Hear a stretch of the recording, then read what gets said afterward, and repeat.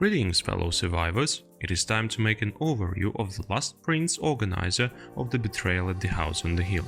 Let's get into it. A big tile tray for all the mentioned tiles for you to organize and mix.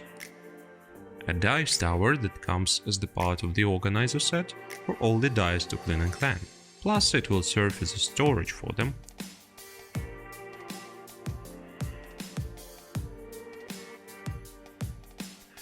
A double deck box for all the monster tokens.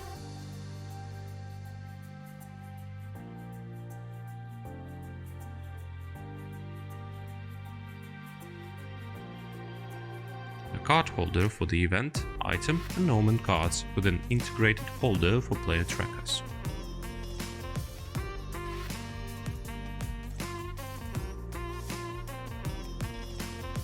And double deck holder with all the player miniatures and their tokens hidden inside, just like your intentions during this game.